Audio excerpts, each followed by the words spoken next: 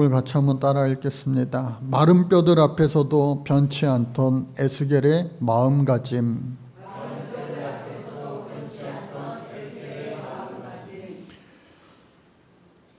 퀴즈 한 가지 내볼까요? 아침에는 네 발로 걷다가 점심에는 두 발로 또 저녁에는 세 발로 걷는 동물은 무엇일까요? 아실 만한 분들은 아실 텐데 침묵하시네요. 두 글자. 좋아요, 여러분들. 뭐예요? 바로 사람입니다. 우리의 인생에는 어떤 많은 이들이 사계절과 같다라고 말합니다. 봄, 여름, 가을, 겨울. 그래서 태어났을 때에 아무것도 보이지 않는, 마치 땅속에 숨은 씨앗이 눈에 보이지 않아 아무것도 없는 것 같지만 어느 순간 뿌리를 내리고 또 이 줄기가 땅을 뚫고 올라오는 것처럼 봄으로부터 시작해서 무럭무럭 자라고 또 뜨거운 태양빛을 보면서 영양분을 공급받고 또 소나기를 비롯한 많은 비를 머금고 무럭무럭 자라고 성장하여서 결국은 아름다운 꽃과 열매를 맺는 그 추수 가을의 수확의 기쁨을 맛보게 됩니다.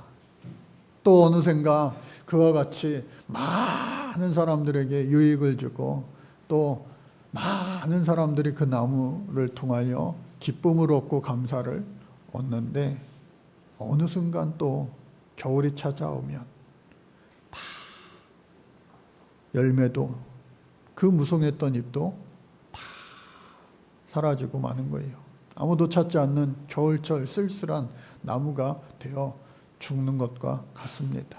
그러나 우리는 잘 알고 있습니다. 죽는 것이 아니라 새 봄에 다시 살아나게 되는 것을.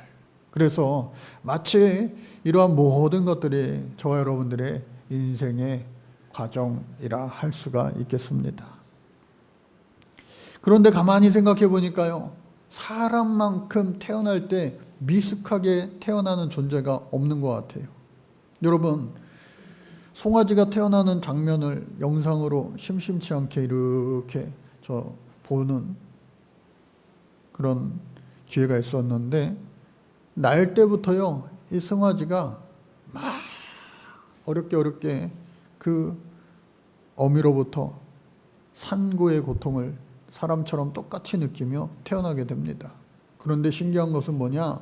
태어나자마자 그 송아지는요, 혼자 네 발로 걸어 다니더라고요. 조금 지나면 뛰어다니기도 하더라고요. 그런데 많은 동물들이 그렇다는 거예요. 그런데 유독 사람만이 태어나서 보호자가 없으면 아무것도 할 수 없고 근 1년, 첫돌이라고 그러죠.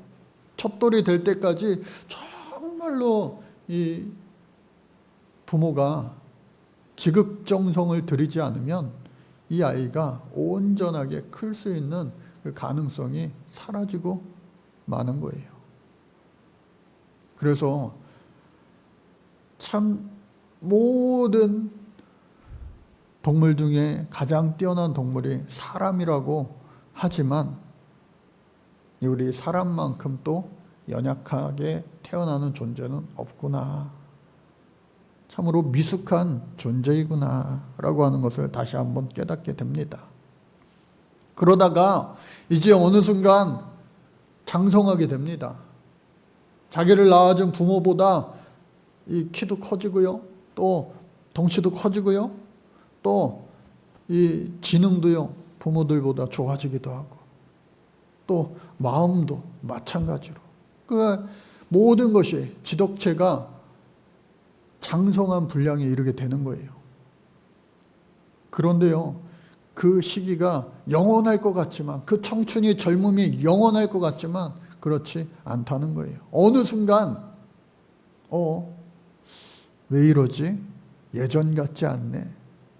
작년 같지 않네 하면서 소위 말하는 인간의 노화를 경험하게 된다라고 하는 거예요. 참 슬픈 일이죠. 몸도 마음도. 그래서 갱년기인가 봐 남녀 상관없이 그런 이야기들 많이 합니다. 저도요, 어느샌가 이 피부가 이렇게 뭐가 나기 시작하면요, 예전에는 그냥 쉽게 이렇게 좋아졌어요. 그런가 보다 하고 별로 신경을 안 썼는데, 어느 순간부터 신경을 안 쓰는 저도, 무감각한 저도 이거 희한하다. 뾰루지 하나 났었는데 이게 그냥 이 회복이 안 되고 이게 까맣게 돼버리고 막 한 달이 지나고 두 달이 지나고 그런 모습을 보면서 왠지 서글퍼지더라고요. 우리 학생들은 뭔 말인지 이해를 아마 못 하실 거예요. 그런데 저와 같은 경험이 있는 분들은 잘 아실 겁니다. 눈도 침침해지는 것 같고요. 모든 것이 다 예전 같지 않다라는 그런 마음이 들 때쯤 그 몸뿐만 아니라 마음도 약해지고, 또 예전에 이제 목사님들은 만 70세에 은퇴하시기 때문에 환갑 지나시고 이제 손주 보고 이제 65세가 넘고 지하철을 공짜로 타게 되고 하면서 어느 순간 70이 가까워지면 어떻게 해요? 야, 연세 많으신 목사님들한테 잘해드려. 왜? 연세가 많아지면은 지극히 작은 일에도 괜히 노여움을 타신다. 옛날 목사님들이 그런 말씀들을 많이 하셨어요. 비단 목사님들 뿐이겠어요? 모든 사람들이 다 마찬가지죠. 예전에는 그냥 웃어 지나갈 일들도 어느 순간 그것이 노여움이 될 수도 있다는 거예요. 그러니 여러분들, 그 단계에 이른 분들, 아하, 이게 나만 그런 게 아니구나, 다 그런 거구나, 조심해야지. 그것을 여러분들 극복할 수 있는, 소위 말해 이 심리학에서는 그것을 가리켜서 회복 탄력성이라고 이야기합니다. resilience. 한번 따라해 볼까요? 회복 탄력성. 그러니까 회복력이 좋아야 돼요, 사람이. 아이들 얼마나 회복력이 좋습니까? 이렇게 상처가 나도요, 금방 3살이 돋아나가지고요, 언제 그랬냐는 듯이 별로 상처의 흔적도 남지 않는 거예요. 울다가 웃다가 감정 기복이 요동치는 것 같지만 또 그것이 좋은 말로 이야기하면 회복력이 좋구나라고 할 수가 있는 거예요. 회복력이 좋구나. 저도 어렸을 때는 생각하면 친구들이랑 싸우기도 하고 또 부모님한테 야단 맞기도 하고 감정이 정말로 안 좋아야 되는데 저녁 먹으면서 그 옛날 당시 유머 1번지 그 개그 프로그램을 보면서 저도 모르게 막 웃는 거예요. 언제 그랬냐는 듯이 막 웃음이 막 나오는 거예요. 중2병에 시달리는 그 청소년들도 한편으로는 너무 아무것도 아닌 일에 막 짜증이 나고 막 화가 나고 하지만 또 낙엽이 굴러가는 것만 봐도 막 웃는 거예요. 저도 중고등부 시절에 웃음이 막 참을 수가 없어서 웃지 마 선생님들이, 학교 선생님들이, 그 당시 학교 선생님도 얼마나 무서웠습니까? 말 안 들으면요 바로 매맞는 거예요. 웃지 마. 근데요 한두 명씩 그 분위기를 이기지 못하고 웃음이 터지면은 아주 그냥 큰일 나는 그런 일들도 있었던 것 같아요. 그런데 중요한 건 뭐냐? 회복 탄력성이 중요하다. 우리의 몸도 우리의 마음도 또 우리의 정신도 회복 탄력성이 중요한데, 어떤 그 심리학자가 쓴 책에 대해서 회복 탄력성이 좋으려면 또 다른 말로 개인의 크고 작은 인생의 역경을 잘 극복할 수 있으려면 어떻게 해야 되는가, 여러 가지 좋은 의견들이 있지만 7가지로 그 책에서 요약 정리를 했더라고요. 첫 번째가요, 긍정적이어야 된다. 낙천주의가 회복 탄력성에 도움이 된다. 여러분, 비관주의 그리고 염세주의 그리고 부정적인 그런 사고에서 여러분들 벗어나 긍정적인 사고를 할 수 있기를 주님 이름으로 축복합니다. 잘 될 거야. 할 수 있다. 하면 된다. 그러한 마음, 긍정적인, 낙천적인 사고를 하라는 거예요. 두 번째는요, 좌절감에 대한 관용. 실패하더라도요, 너무 낙담하지 마세요. 다시 회복될 수 있는, 다시 일어설 수 있는 힘을 우리 스스로는 어느 정도 밖에 되지는 않지만 하나님이 함께 하시면요, 다시 회복되어지는 놀라운 역사가 있게 될 줄로 믿습니다. 한국 사회, 경제적으로나 또 교계적으로나 모든 사회가 어렵고 힘들다고 이야기합니다. 비단 우리나라 뿐이겠어요? 전쟁 중인, 수년 동안 전쟁 중인 그 나라들, 그 민족들은 얼마나 정말로 더 힘들지 않겠어요? 그래도 기본적인 이런 우리의 삶이 유지되는 것만으로도, 내가 살아 숨쉬는 것만으로도, 더 나아가 오늘 저와 여러분들이 이 자리에 나와 하나님 앞에 예배하고 있다는 그 사실만으로도 저와 여러분들은요, 기뻐하고 감사할 이유가 수없이 많다고 하는 거예요. 일상에서의 이 행복을, 기쁨을 여러분들 누리며 살아갈 수 있기 바랍니다. 행복을요, 그 다음으로, 내년으로, 다음 달로 미루지 마세요.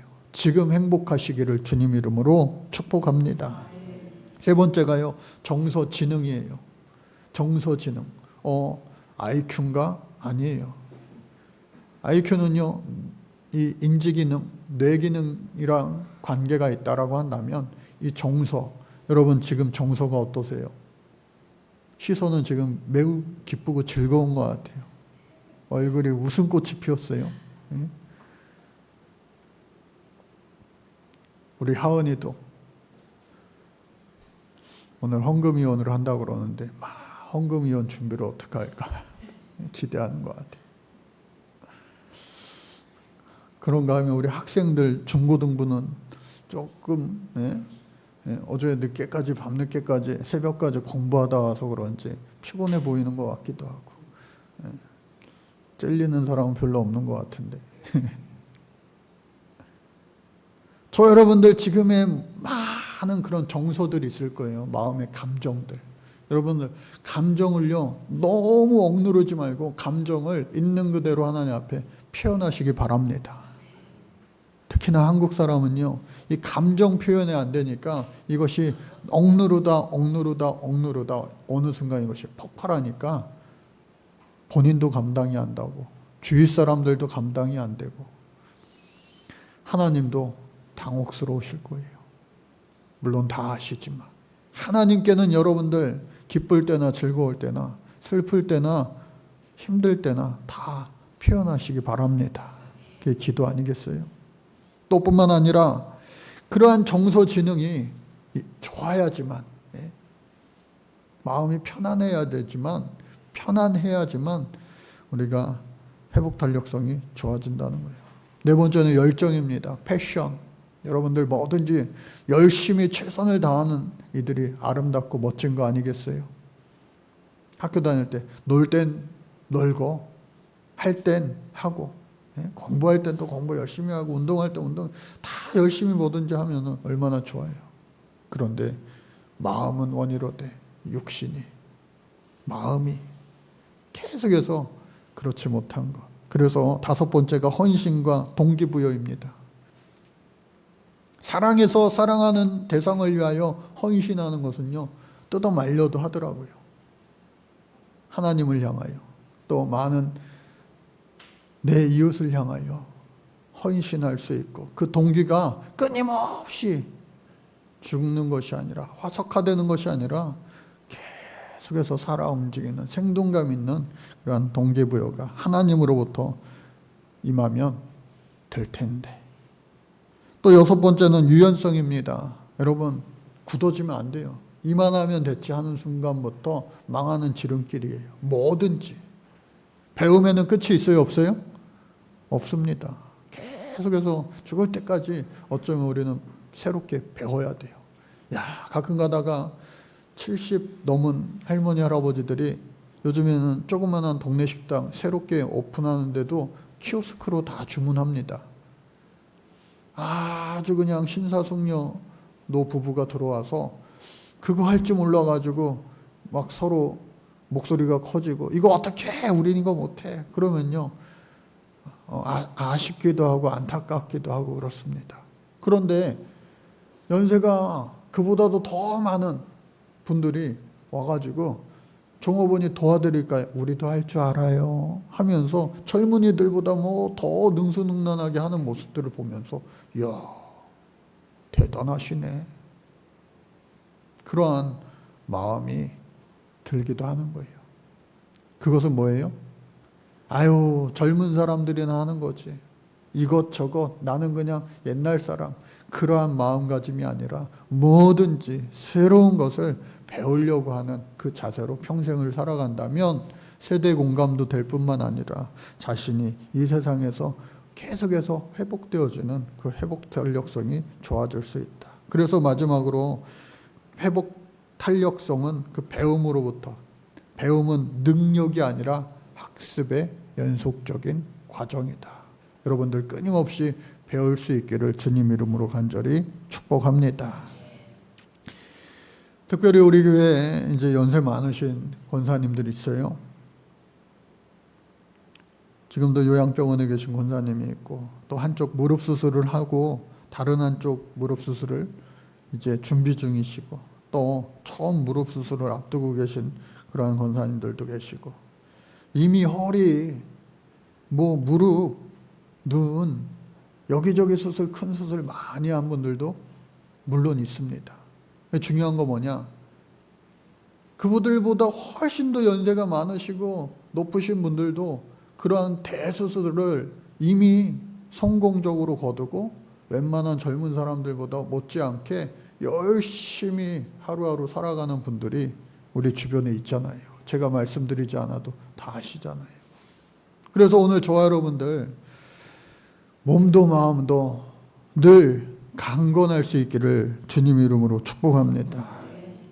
불가능도 가능케 하시는 우리 하나님. 한번 따라 볼까요? 불가능도 가능케 하시는 우리 하나님. 제가 대학원 석사 논문이 바로 그거예요. Impossible possibility. 불가능한 가능성. 사람은요, 절대로 혼자의 힘으로 스스로 어떤 그 무엇을 크게 해낼 수가 없는 아주 연약한, 미약한 존재들입니다. 아무리 과학기술이 발전한 이 시대에도, 아무리 최고의 훌륭한 과학자들도요, 마지막 단계에서는요, God only knows. 오직 하나님만이 아십니다.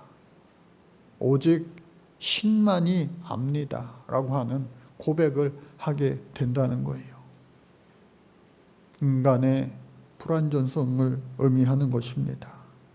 그러나 오늘 성경을 보면요, 분명히 우리는 알 수가 있습니다. 오늘 성경의 내용 너무나도 잘 알고 있죠. 올 한 해 우리가 이 말씀 붙잡고 살아가는 거 아니겠어요? 에스겔이 환상을 보게 됩니다. 환상 체험을 하게 됩니다. 높은 깊은 골짜기로 데려갔어요. 근데 그 골짜기에 이렇게 보니까 많은 수많은 뼈들이 거기에 쌓여져 있는 거예요. 가득한 거예요. 아우, 왜 이런 곳으로 하나님 나를 불러 오셨을까? 여러분, 꿈에서라도 공동 묘지를 헤매는 그러한 꿈을 한번 꿔보세요. 얼마나 그게 악몽이 되지 않겠어요? 그 가득한 뼈들을 가까이 다니면서 사방으로 하나하나씩 다 눈여겨보게 하시는 거예요. 보니까 그 뼈들이 다 마른 뼈들이 된 거예요. 다 말라 비틀어졌어요. 그런데 하나님께서 물으시기를 뭐라 물으시느냐? 이 마른 뼈들이 다시 살아날 수 있겠느냐? 이 마른 뼈들이 살 수 있겠느냐? 하나님 해도 너무하시죠.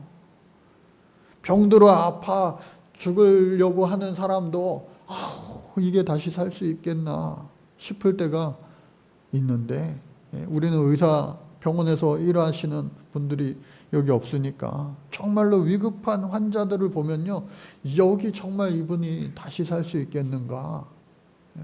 특히나 응급실하는 그런 분들, 다시 살아날 때 그것을 우리 어떻게 해요? 기적이다, 기적이다 그렇게 이야기하는데, 이거는 정말 말도 안 되잖아요. 마른 뼈들을 향하여 다시 살 수 있겠느냐라고 물으셨을 때에 여러분들 뭐라고 대답하시겠어요? 하나님이 하시면 살아나겠죠. 그 믿음의 고백이죠. 그런데 우리의 현실 가운데, 우리의 상황 가운데, 또 에스겔의 그 환상처럼 환상 가운데 여러분들 어떠한 고백을 하실 수 있겠습니까? 사람 생각대로, 내 생각대로, 내 경험대로 안 돼요, 불가능해요 라고 말할 수도 있겠지만, 그것이 아니라 하나님이 하시면 다 하시죠. 그 말이 선뜻 나오질 않으니까 이 에스겔의 마음이 느껴지는 거예요. 느껴짐이에요. 너무나도 현실적인, 하나님이 에스겔을 선지자로 세워 믿음의 사람이 되어 훌륭한 일을 감당하고 있는 그 에스겔일지라도 안 되겠는 것 같은, 불가능한 것 같은 그러한 마음들이 환상 가운데라도 왜 없었겠나 싶은 거예요.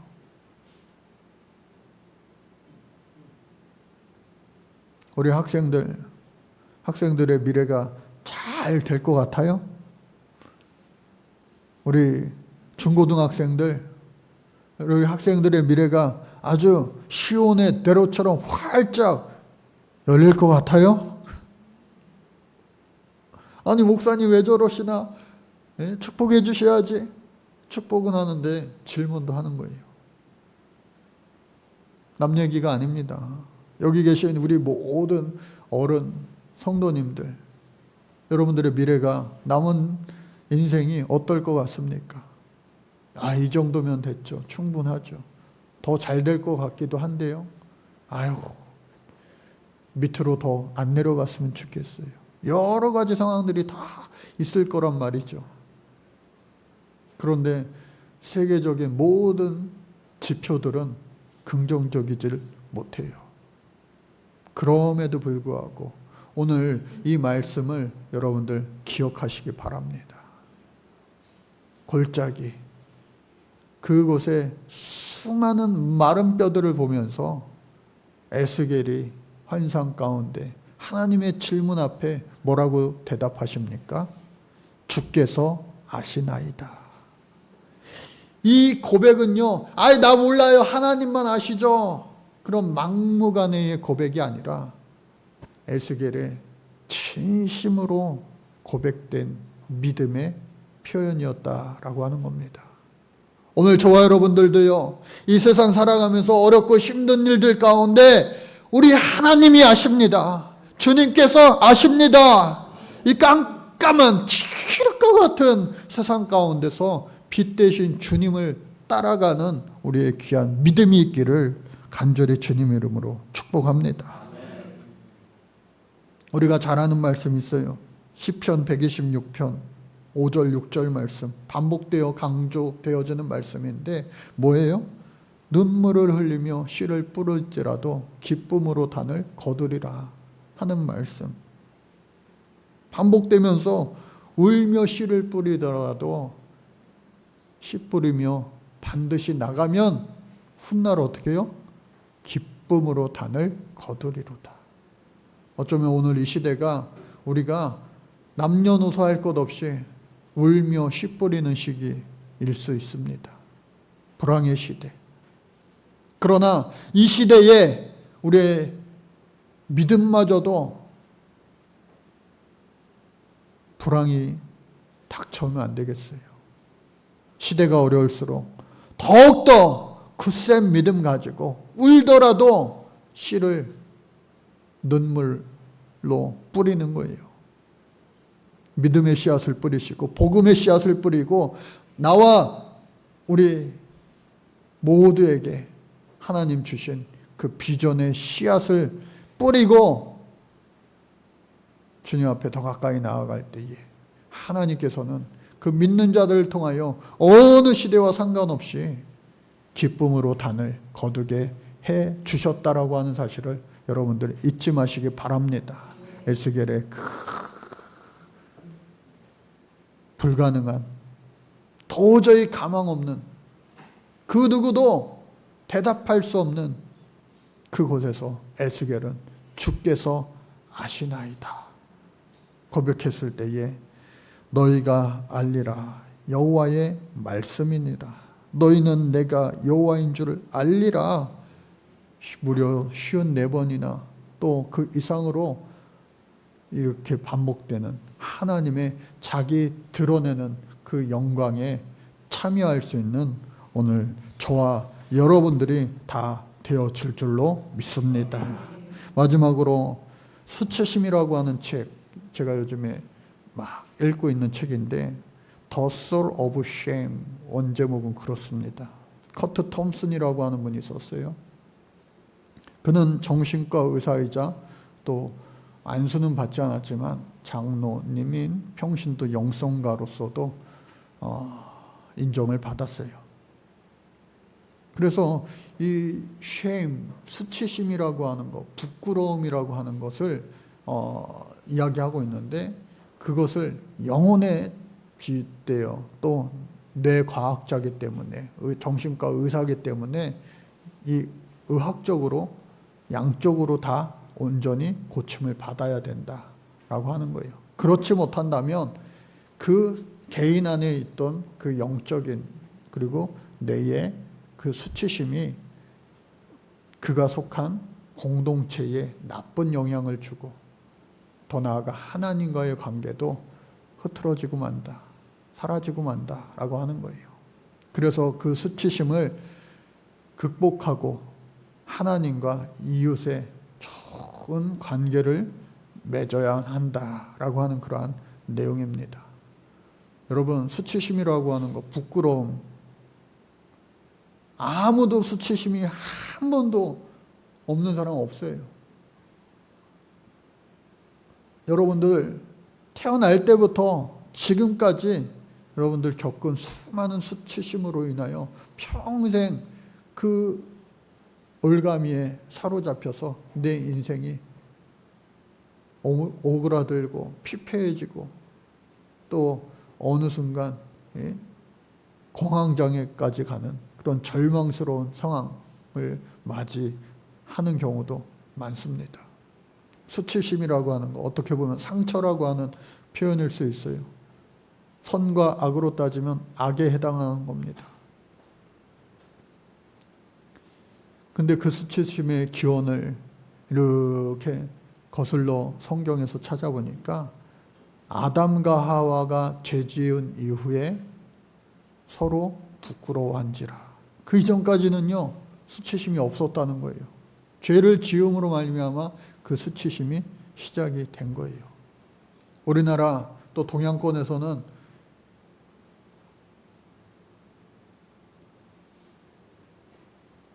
부끄러움은 미덕이다 그런 말이 있었어요. 그러니까 저희 시대만 해도 저희 학창 시절에만 해도 남들 앞에 서서 막 당당하게 이야기하는 것보다 좀 부끄러워하면서 노래 불러라 그러면 한두 번 빼면서 이렇게 하는 게 미덕, 그런 분위기도 있었죠. 저만 그래요? 그런데 어느 순간요 자기 PR 시대에 또 아이돌이 막 등장하면서 어렸을 때부터 빼지 않고 점잖지 않고 그냥 막 하는 것이 오히려 더 미덕인 시대로 바뀌어 버렸어요. 그렇다고 해서 우리의 수치심이 다 사라진 거 아니에요. 수치심에 대해서 막 깊게 파고들고 연구하다 보니까 수치심을 어떻게 정의 내려야 될지도 모르겠다라고 말하기도 하지만 결국은 그것은 선이 아니고 악이라는 거예요. 그것을 극복할 수 있는 힘은 바로 우리 하나님과의 올바른 관계 회복임을 잊지 마시고 그로부터 시작된 내 자신의 평안과 또 가족, 또 가정의 울타리를 넘어 교회와 어느 곳에 가든지 모든 사람들과 함께 좋은 관계를 이룰 수 있는 수치스님에서 해방되어지는 오늘 저와 여러분들 모두가 될 수 있기를 간절히 바랍니다. 그래서 마지막 말씀이 있어요. 에베소서 말씀이 있는데요. 우리 같이 한번 읽을 건데 어떤 내용이냐? 오늘 이 시대에도요. 또 이 사도 바울 시대에도 에스겔의 시대에도 우리의 대적은, 우리의 싸울 것은 사람이 아니에요. 다른 민족이 아니에요. 다른 나라가 아니에요. 세대 갈등도 아니고 빈부 갈등도 아니고 뭐냐? 그 속에서 성령이 충만하지 못한 자들을 계속해서 조종하는 악한 마귀의 관계를 우리는 이겨야 된다. 그래서 이 에베소서 말씀을 마지막으로 읽고 오늘 말씀을 마치려고 합니다. 우리 같이 읽겠습니다. 시작. 마귀의 관계를 능히 대적하기 위하여 하나님의 전신갑주를 입으라. 우리의 씨름은 혈과 육을 상대하는 것이 아니요 통치자들과 권세들과 이 어둠의 세상 주관자들과 하늘에 있는 악의 영들을 상대함이라. 그러므로 하나님의 전신갑주를 취하라. 이는 악한 날에 너희가 능히 대적하고 모든 일을 행한 후에 서기 위함이라. 그런즉 서서 진리로 너희 허리띠를 띠고 의의 호심경을 붙이고 평안의 복음이 준비한 것으로 신을 신고 모든 것 위에 믿음의 방패를 가지고 이로써 능히 약한 자의 모든 불화살을 소멸하고 구원의 성령의 검 곧 하나님의 말씀을 가지라. 모든 기도와 간구를 하되 항상 성령 안에서 기도하고 이를 위하여 깨어 구하기를 항상 심쓰며 여러 성도를 위하여 구하라. 또 나를 위하여 구할 것은 내 말씀을 주사 나로 입을 열어 복음의 비밀을 담대히 알리게 하옵소서 할 것이니. 이 말씀을 여러분 마음에 새기시고 평생 이 세상 가운데 우리를 넘어뜨리려고 하는 악한 권세를 성령의 도우심으로 이기는 자, 최후 승리자 될 수 있기를 간절히 주님 이름으로 축복합니다. 기도하시겠습니다. 마른 뼈들 앞에서도 변치 않던 에스겔의 그 마음가짐, 믿음의 고백이 오늘 우리에게도 있게 하여 주옵소서. 꿈 중에서라도 우리의 믿음이 고백되어지게 하시고 환상 중에서라도 우리의 믿음이 고백되어지게 하여 주셔서 우리의 현실 앞에서도 믿음을 고백하며 승리하는 주인공 되게 하여 주옵소서. 너희가 살아나리라 하나님 주신 말씀이 우리 교회와 가정과 우리가 속한 모든 곳곳에서 나타나 열매되게 하여 주옵소서. 영광 받아 주실 우리 구주 예수 그리스도의 이름 받들어 간절히 기도드립니다. 아멘.